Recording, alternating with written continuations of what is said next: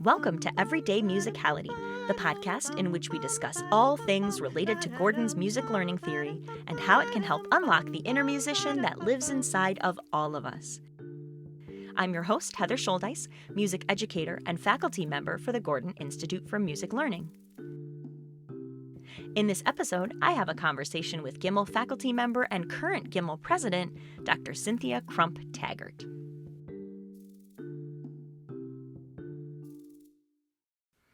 Hello and welcome to the Everyday Musicality podcast. I'm so excited for today's episode because we have our second guest on the podcast, and she is one of my favorite people.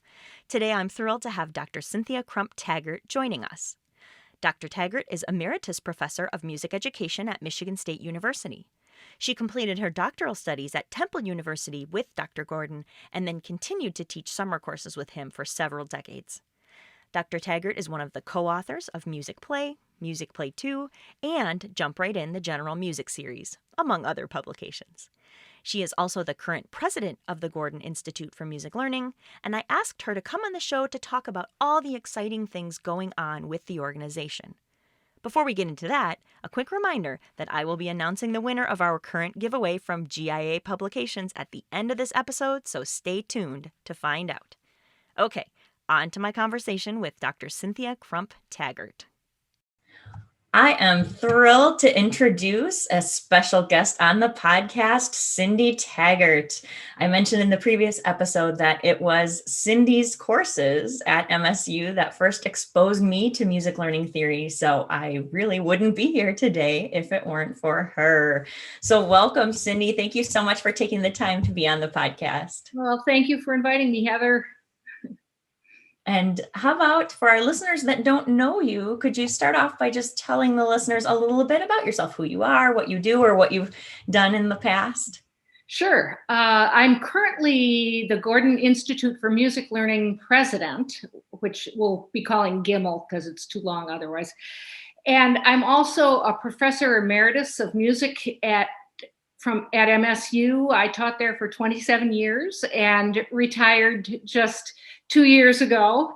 I'm also a member of the GIML faculty, so I teach a lot of the workshops and the online workshops as well. Great. And one thing I know I really enjoy hearing about, and I heard from our listeners that they also enjoyed when we had Allison Reynolds on the show, was hearing a little bit about how people have discovered music learning theory. Could you tell us a little bit about how and when you came across music learning theory? You know, music learning theory has been a super important part of my life for 40 years, which is kind of breathtaking, really, when I think about it. I was an undergrad at University of Michigan in 1977, and the professor, Jim Frosseth, was on sabbatical that year, and Dick Bruno taught the instrumental methods course.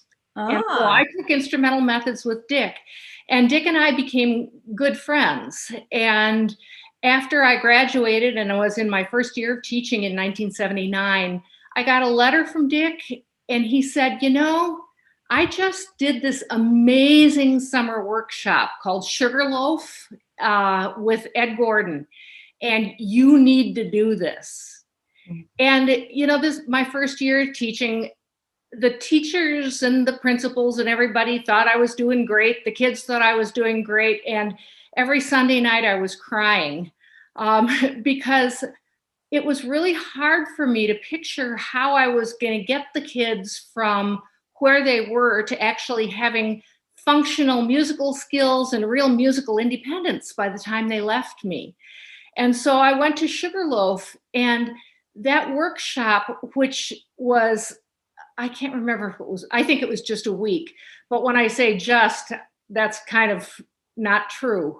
Because we would get up and we would start at 8 a.m. and we wouldn't finish till about 10 at night, with just breaks for meals and a short rest in the afternoon. And Ed would lecture all day long.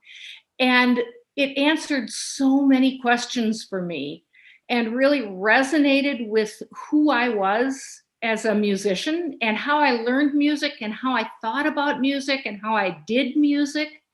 And so it just sort of provided a framework or a structure for me to hang a lot of my classroom decision making on. And it took me a long time because at that point it was really a lot of theory and not a lot of practical application that had been developed. And so I've sort of spent my life helping translate Ed's theories to some extent into practice. So I went back to multiple sugar loaves because it was so dense and there was so much to learn that I came with a different set of ears each time because I'd applied a little bit more, I learned a little bit more, and I heard different things even if he said the exact same thing. And then in 1985, I actually left a doctorate in progress at University of Michigan. Oh, wow. And went to do my doctorate with Ed. And so that really started a lifelong relationship between the two of us, a really strong friendship. I got to teach early childhood with him at Temple while I was there. And then when I got faculty positions, Ed and I taught jointly 2-week workshops for 21 years. He would come and he would live at my house and we would go in together and teach. And we've co-authored a lot of projects. So we have a very long-standing relationship. Yeah. And I can imagine where we would be if it weren't for all of your work and the work of others in creating those practical application materials. That's well, amazing. And they continue to evolve, which is exciting. Yeah, that's fantastic. It's so interesting to hear about. It seems like so many of us just kind of stumble across music learning theory. We have this serendipitous happening and it falls in our lap and then we're off. Yeah. Through a workshop or through an interaction with another person or just through hearing somebody say something that resonates with us. Yeah, I mentioned in the previous episode of the podcast how I never intended to teach.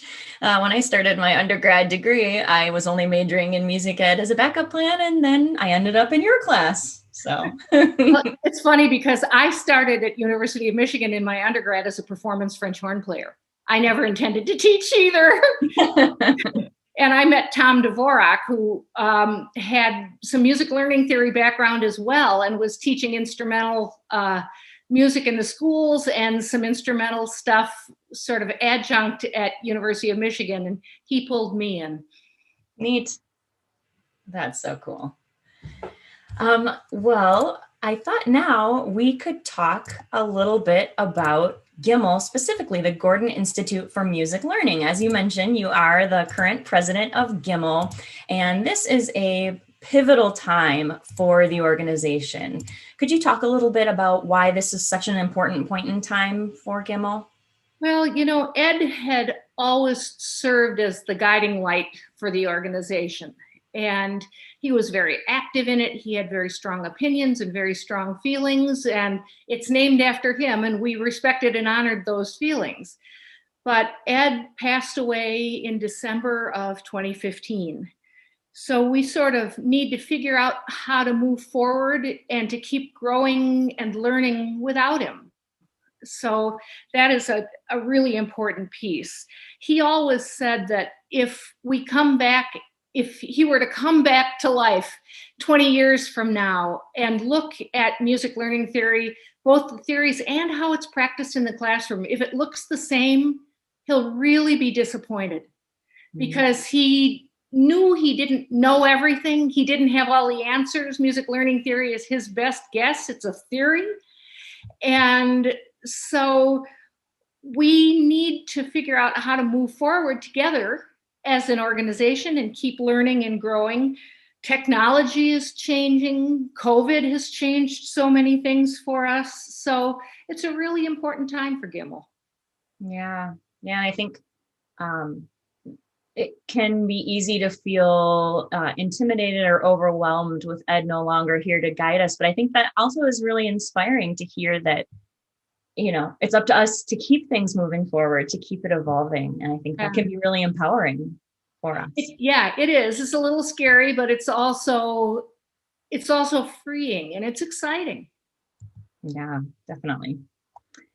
Well, since you've come on to GIML as the president, GIML has been going through a strategic planning process. I'm guessing we have some listeners who aren't really aware of what that means. I certainly didn't before I went through that process on the board. So could you just tell the listeners, what is strategic planning? What happens in that process? Why is it important?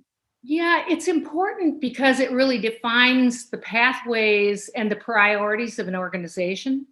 So it's sort of identifying the strengths and making sure we hold on to those. It's identifying opportunities for growth, things that we're not as happy with as we could be, and developing sort of a set of values for the organization, and then developing a plan of action to move forward on our priorities so that we actually can get something done and move forward as an organization. So it's an important process. It's a long process. For GIML, it took us about 1.5 years. And we worked really hard to make it kind of a bottom-up process. So we started partly with the board, but we also started with a survey of the membership, asking them what's working, what do we need to make sure to leave alone, what do we need to add, what's not working for them, how can we make GIML better serve theirs and the profession's needs. So we started with this broad sort of dreaming from the membership, dreaming from the board, and we dreamed in writing, and then we dreamed in person at a retreat, and had all of these I wonder if it would be possible to kind of statements that if we had enacted all of them would have taken all of us our full-time work for about the next decade. So then at a certain point, you need to sort of think about what our values are and prioritize those sort of based upon what's possible, really. What do we value the most? What do we think is most important for our growth? And then how much capital do we have to spend to make each of these things happen? And do we have that capital? So we ended up articulating an action plan. Once we sort of, we started with divergent thinking, then we converged on a set of things that we valued, and then articulated an action plan of what needs to happen, who's going to do it, and when. So we can really track over the next 3 or 4 years how we're doing on our strategic plan and how much of it we're actually accomplishing. Mm-hmm. So what are some of the things that came out of that strategic planning process? Maybe some endeavors or ideas that the board is planning on putting in place? Yeah, a clear set of values and goals really was one important thing. The importance of inclusion. Including everybody. All of it also resulted in a reorganization of the whole structure of GIML, because we needed to look at, when we're looking at who's going to do what, if there were things that we really valued and needed to have done that didn't really naturally fall under somebody's jurisdiction, we need to make sure that the organization was agile and was formulated in such a way that we can accomplish our goals. So we got rid of some of the commissions, we created new commissions, we combined some commissions. So we ended up doing a bylaws revision as part of the strategic plan. But one of the things that came out really loud and clear in our strategic plan is that our summer professional levels development courses were very valuable and needed to continue. So those will still be continuing. But a lot of things are changing. There are a lot more online professional development opportunities. So for instance, every year we're going to have 4 3-hour workshops that are completely free to the membership. Non-members can attend for a fee. And we're rotating those around elementary general music, early childhood, instrumental, piano. So they have different focuses from time to time. And many of them are taught by the GIML faculty. So that free workshop, those workshops are brand new. they had not been offered by GIML before. So that's a great thing for members. Definitely. Actually, can I just interject? Sure. I think we have one of those coming up, right? On March 13th, maybe? Yeah, March 13th with Allison Reynolds and Wendy Valerio. They're doing a 3-hour early childhood workshop starting at 10 in the morning.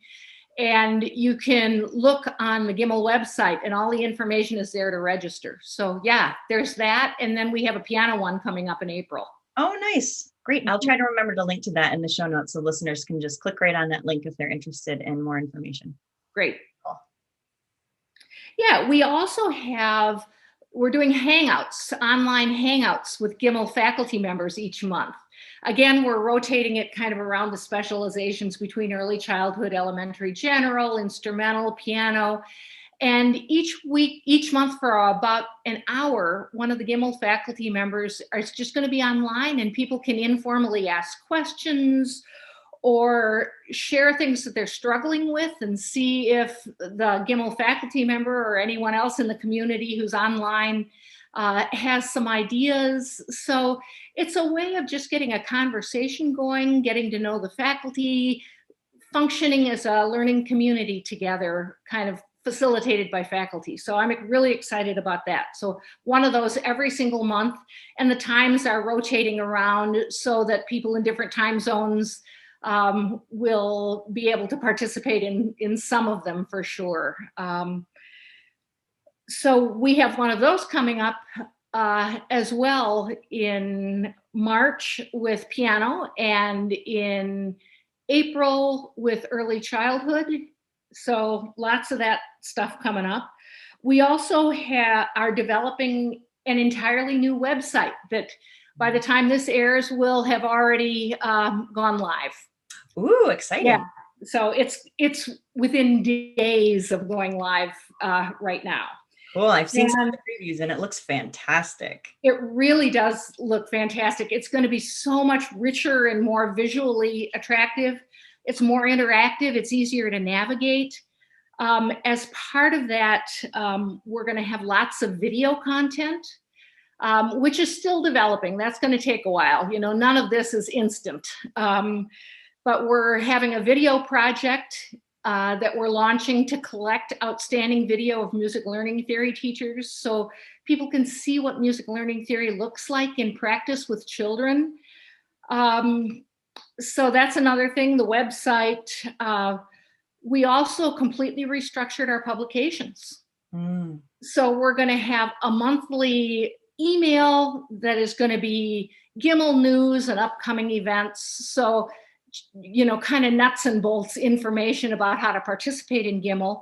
Then we're going to have our quarterly, which is mostly sort of a practitioner journal focused on practical application, ideas for teachers, you know, books to use in your classroom, songs and chants, lesson plans, all of those kinds of things. And then we're going to have Audia, which we've had for a while, but it hasn't been published for multiple years. And actually, by the time this airs, there's a good chance that people will have an Audia in their box too, because it's done. It's being formatted again as we speak. Yay. Yeah, and Audia is going to come out once a year. And it's a journal that is a refereed journal that focuses on the connection between research and practice. So there's going to be some original research, but it has to have meaningful practical applications. And there are also going to be lit reviews that look at the research literature on a specific topic and help the practitioner understand what that means for what we should be doing in the classroom.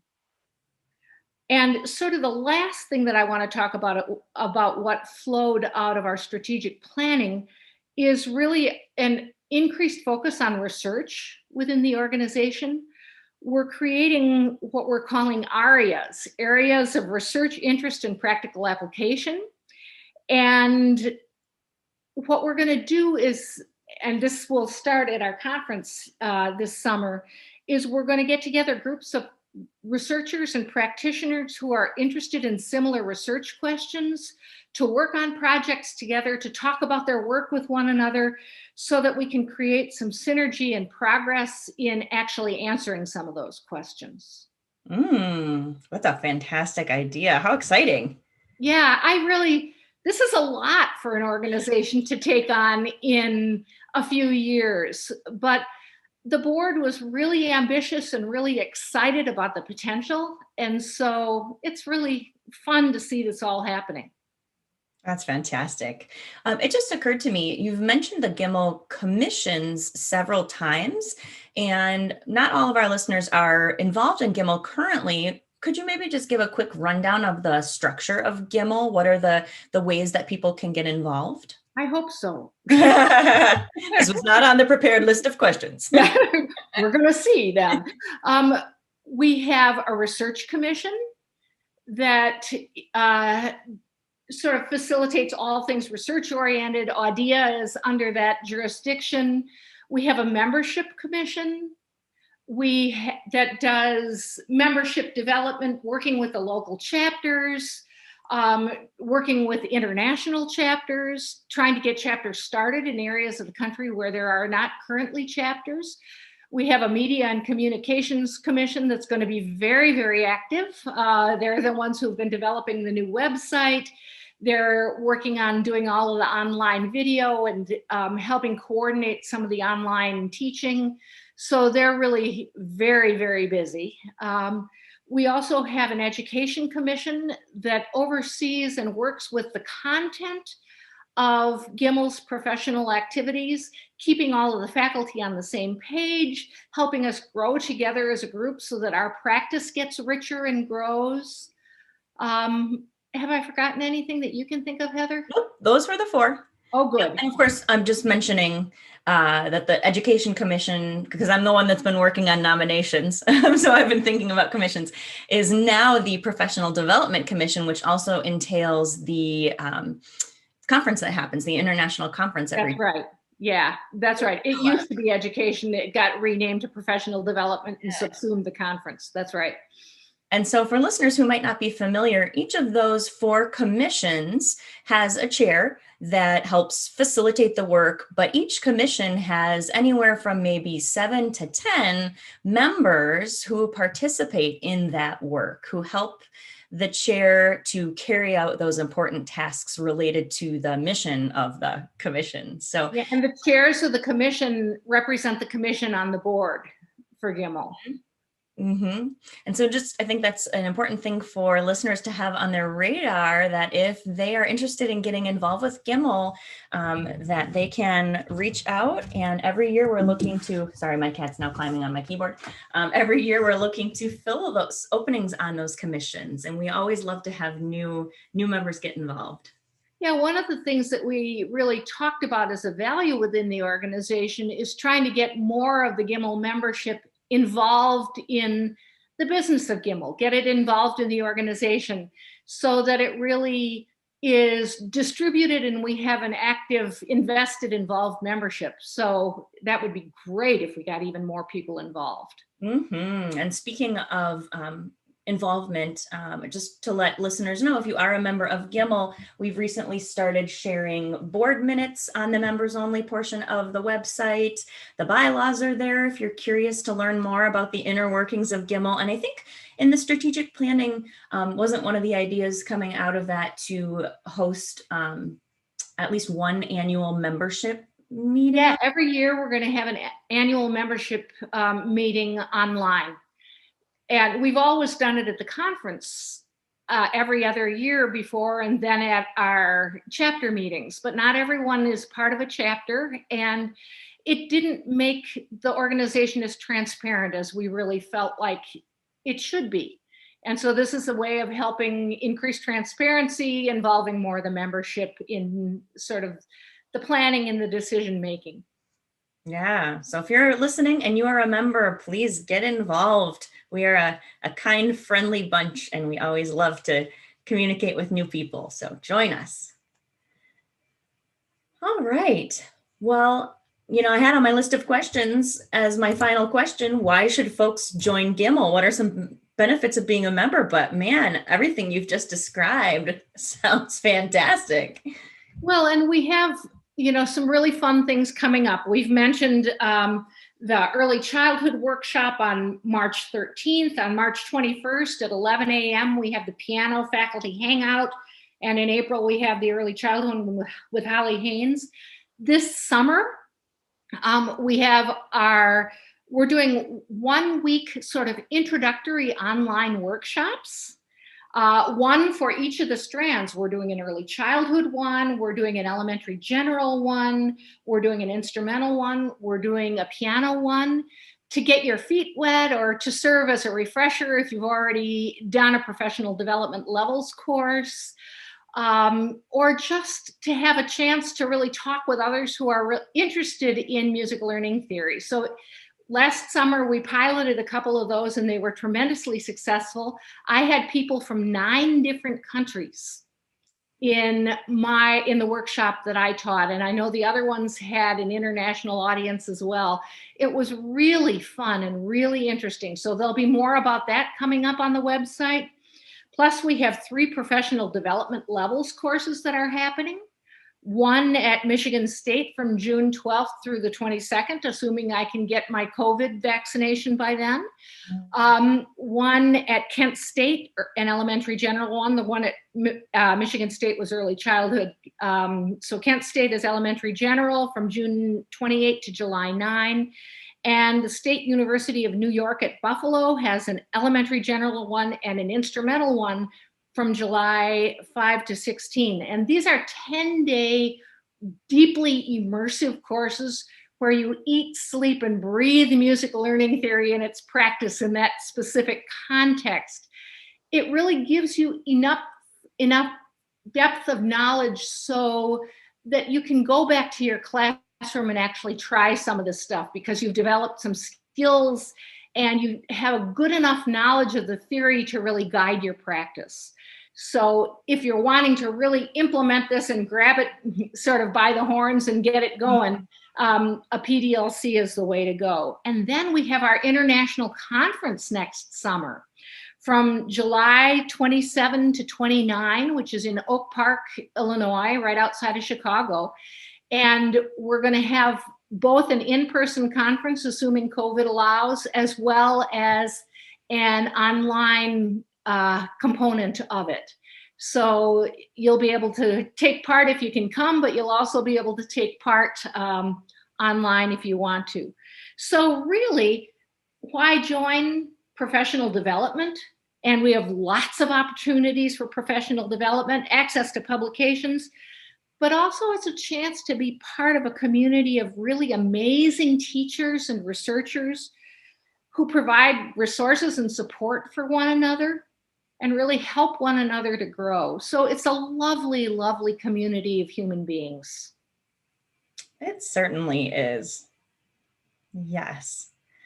Well, thank you so much for coming onto the podcast and sharing with us about GIML and your story about how you encountered music learning theory. With all of the exciting things happening with the organization, I'm sure a lot of our listeners are leaving excited to take advantage of those. And if you're not a member, we hope you'll consider joining. Yeah, there's a lot of benefit to being a member. Yes. You know, if you do even a couple of the online workshops, it's paid your dues. Because it will cost you more to take them than to do the work. It will cost you more to take the workshops than to join GIML. Yeah, that's true. Great point. Shh, don't give away all the secrets. Well, thank you so much for being on the show, Cindy. And I want to extend an even bigger thank you to you and all of GIML for your very generous sponsorship of this podcast. It is really helpful in keeping the work going. Well, this is such a useful thing for people to listen to. And I learn something every time I listen to your podcast. Oh. So I'm excited that we can do that for you and for the music education community. Well, thank you so much, Cindy. It has been a pleasure. It is always wonderful to see you and hear your voice. Well, it is wonderful to see you as well, Heather. Thank you for inviting me. I want to emphasize again how grateful I am to Cindy for being on the show and to the Gordon Institute for Music Learning for their sponsorship. And now it's time to announce the winner of our giveaway from our other podcast sponsor, GIA Publications.